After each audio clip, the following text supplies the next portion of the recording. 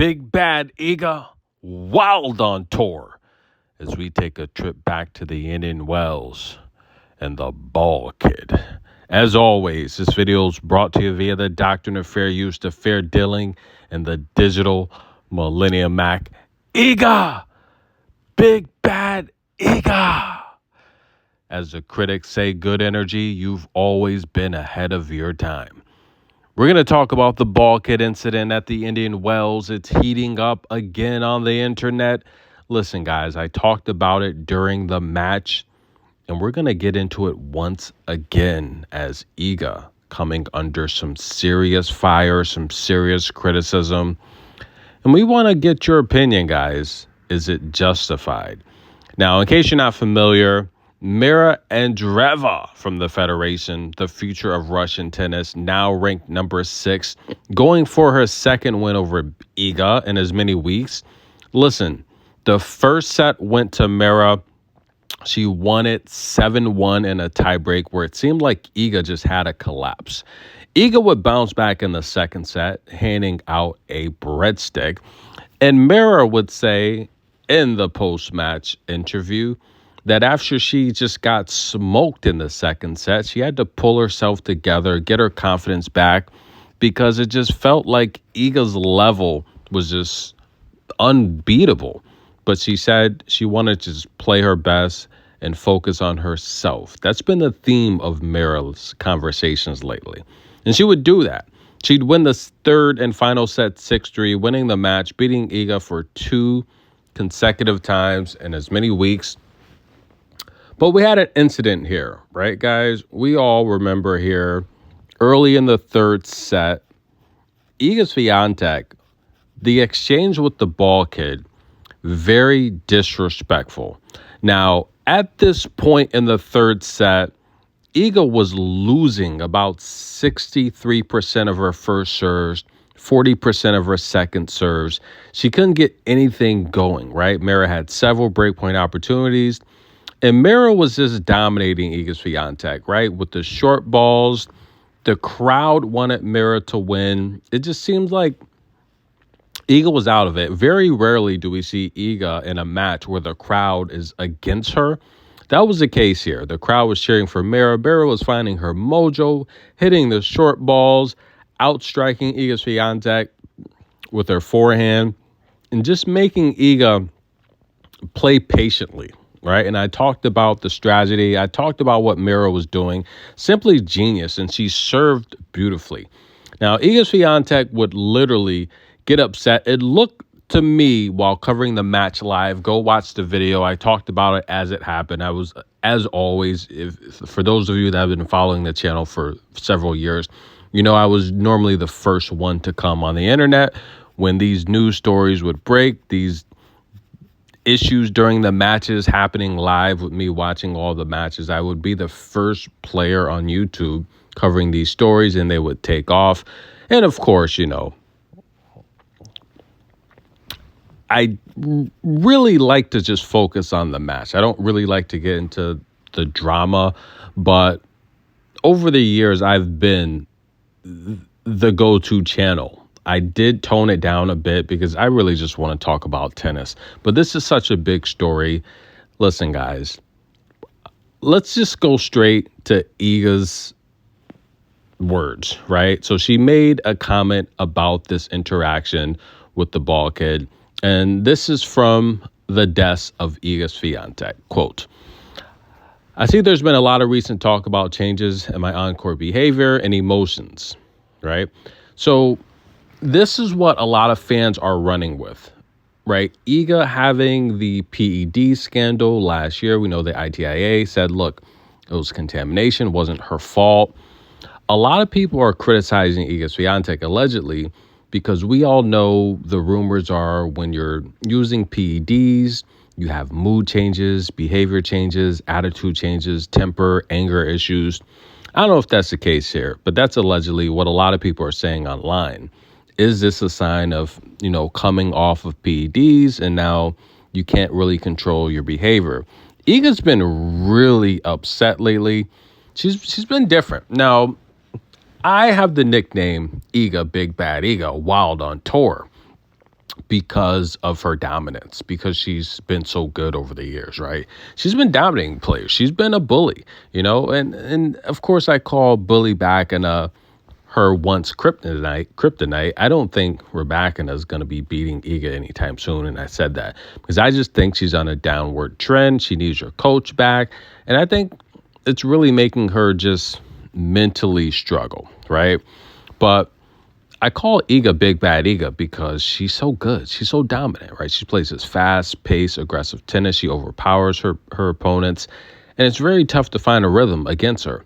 Someone like Mira that can absorb that pace, that power. She can play deep, short. She's got all the trick shots, great topspin. She slows you down and makes you play disciplined, then speeds you up.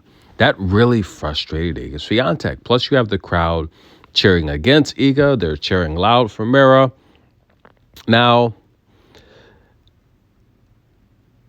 this led to this exchange here where she was very rude with the ball kid, right? She bounced the ball, and Iga said, look, back to what Iga said. It's true. I expressed frustration in a way I'm not proud of. My intention was never to aim the ball at anyone, but merely to release my frustration by bouncing it on the ground. Yes, she did bounce it on the ground. It came close to hitting the kid, right? Iga would go on to say, I immediately apologized to the ball boy who made eye contact and nodded to each other when I expressed regret that it happened near him. Now, this isn't nearly as bad as some of the other slam champions we've seen, like Elena Ostapenko, toss rackets at ball kids, toss balls, yell, scream. But I've always talked about the best servers in the past, how they have these interactions with ball kids. They want their ball when they want it. They don't want to mess up their rhythm. And sometimes they want 2, 3, and even 4 balls, rotate them out, see which ones are freshest so you can get a powerful serve in. All of the best servers have had issues with ball kids. I'd say probably of all the best servers in recent times, I think maybe Elena Rybakina might be the sweetest when it comes to requesting balls from ball kids, right? But any of the other great servers on tour, I've seen them all just get upset when they don't have the, and even not some of the best acers, just players in general, when they're ready to get on the line, get their offense going, get their first serve in, or even second serve, they want their balls on time so it doesn't mess up their rhythm. Think about sports like basketball, where you have a free throw shooter, they go to the line, they have a rhythm in the routine. If that routine is messed up, they're going to be upset. Sometimes players, they want that ball in stride and pace, and they want to get on the line and get to work. Sometimes we're dealing with kids. A lot of these kids, for the most part, all of them, they're volunteers. They're not paid for this stuff, right? And the reality here is, I think we have to be a little bit more respectful to them. We have to be a little bit more courteous to them. These athletes are the ones making the millions of dollars. They're the ones that are famous. They're the ones that they can lose a match and still go home and have a good life. These are kids. We don't want to affect their mental ability, their growth, their development as people, as human beings, as eventually adults, by causing these exchanges and interactions that could ruin how they feel towards people. We're living in a time here where the attention span, it's under 10 seconds. There's a lot going on here, and we don't want to ruin someone's mental focus and growth and development as a human being. And look, you ever hear that saying, or just hear that one person that finally meets their idol and they're like, no, this person was horrible. I saw a video the other day on a guy that met Reggie Miller, said he was a fan. Said it was the worst interaction of his life, especially with a famous person. You don't want to be that person. And these kids, when they look, I see so many volunteers and ball kids, I'm at the matches. And, one ball kid last year had a horrible exchange. You guys are on the channel. You know what happened with Elena Ostapenko. He came to the channel. He's like, yeah, that was me. Felt very, very bad. And they remember that, right? The old saying, it's not, it's not a lot of times it's just, you remember how people made you feel, right? You remember how they made you feel. And I don't know if this was a good look for Iga Swiatek, right? Now, she said here, she'd go on to say, I've seen many players bounce balls in frustration, and frankly, I didn't expect such harsh judgments. Usually, I control such impulses. I can say I lack experience in this and misjudge my aim in the heat of the moment. Something's going on with Iga, guys. Something's going on because I haven't seen her like lash out like this at the ball. But I've seen her this year do it a couple occasions, like ask for balls. Even this match, there was a couple occasions where this one was the bounce. But I saw a couple occasions this match with Mira where she was just demanding the balls, and it just seemed like she was out of it, you know? Iga would also go on to say, when I'm highly focused and don't show many emotions on the court, I'm called a robot. My attitude labeled as inhuman. I don't know about that. I would say a lot of the fans and spectators don't like how Iga holds up opponents, how, she holds up her rackets. Look, the speed of play, it's determined by the server. And I think Iga, a lot of times people think she's entitled. And this is allegedly, it's from what I hear, but, not necessarily allegedly. This is from what I hear. This, what people say. They feel sometimes she has a entitled type of demeanor, attitude, because she holds up her opponents. She's holding up her rackets. And that's taking away the advantage the server has. If they play fast, they want to get on the line and speed you up. But if you're slowing them down, then you're actually getting that advantage, right?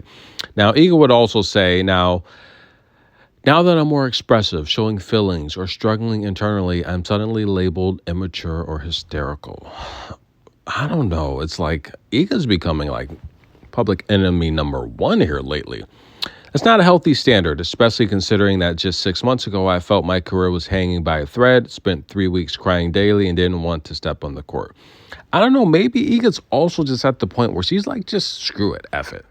I'm going to play the villain. You can't be Coco. You can't be, Osaka at her peak and prime, where everyone loves you. Sometimes you have to play the villain. In every movie, there's a hero and a villain. And look, you need both, right?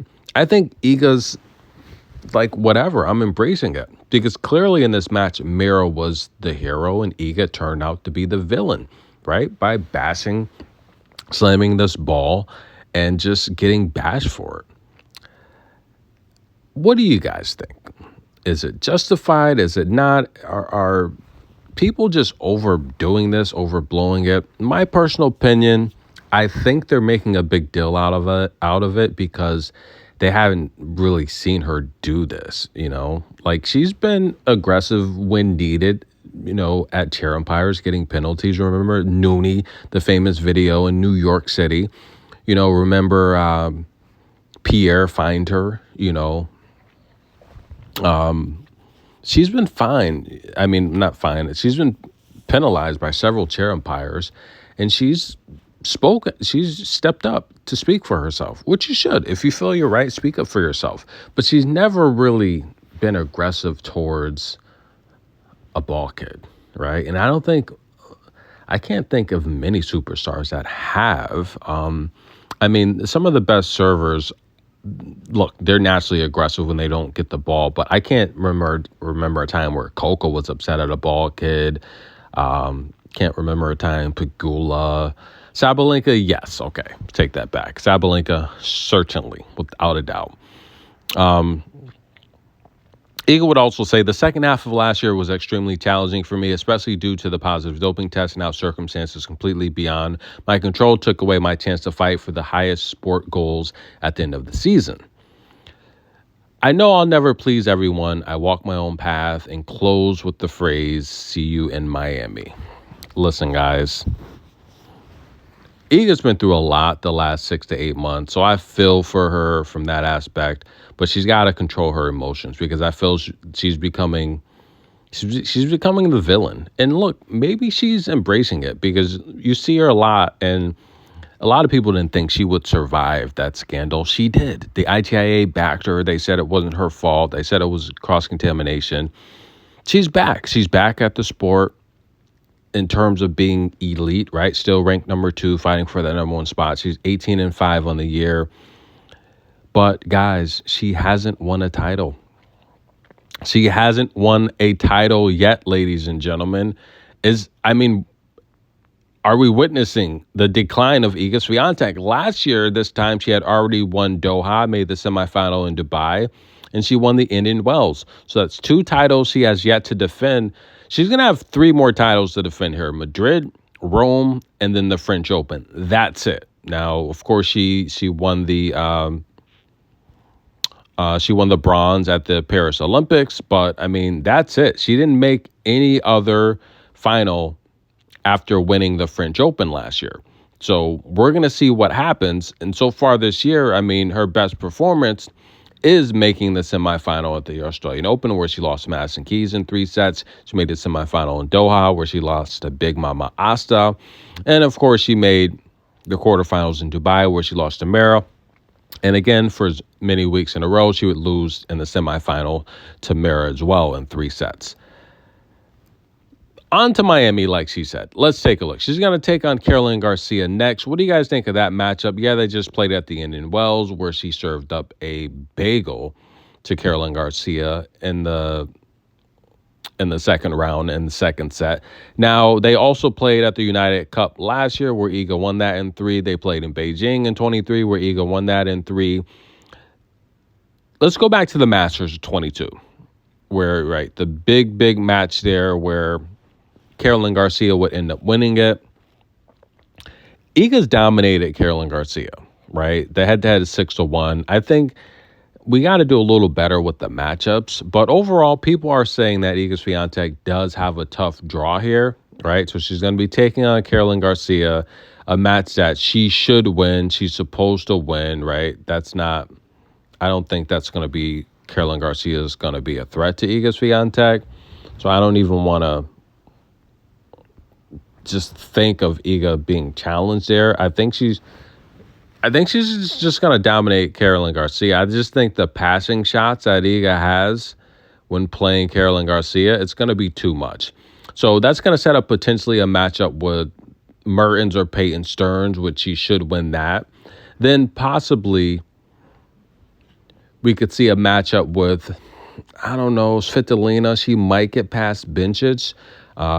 Muhova might get past Azarenka. So we could possibly see a matchup between Muhova and Iga that could be close, but the last match wasn't. I just think Iga's draws, it's pretty easy. Ostapenko's in there. They could meet deep, but I don't think there's any threats really. So the reality here is she could go deep here in Miami as well, unless we get a sleeper. Ostapenko, Keys could be lurking again as well. So those could be a couple good matches we could look forward to. But nonetheless, guys, is Iga Swiatek, is she playing the villain on purpose? Is she losing her control? Is she just frustrated with the media lately, fans, critics? Or was she just frustrated in the match and look, everyone loses their cool once in a while. Is it no big deal? Comment below. My personal opinion is a part where I give my fair criticism. Look, it happens. I've played many matches, many games. You're going to lose your cool once in a while. However, though, when dealing with kids and children, I think you do need to be more conscientious of how you behave in front of them because they're volunteers. But I can't necessarily blame her for losing her cool. Everyone loses their cool. But again, when you're dealing with children and kids, you got to be more conscientious. What do you think? Big deal? Not a big deal at all? Or is Iga playing the villain on purpose? Iga! Big bad Iga! Tennis in a minute. We'll be back. Let me know your thoughts.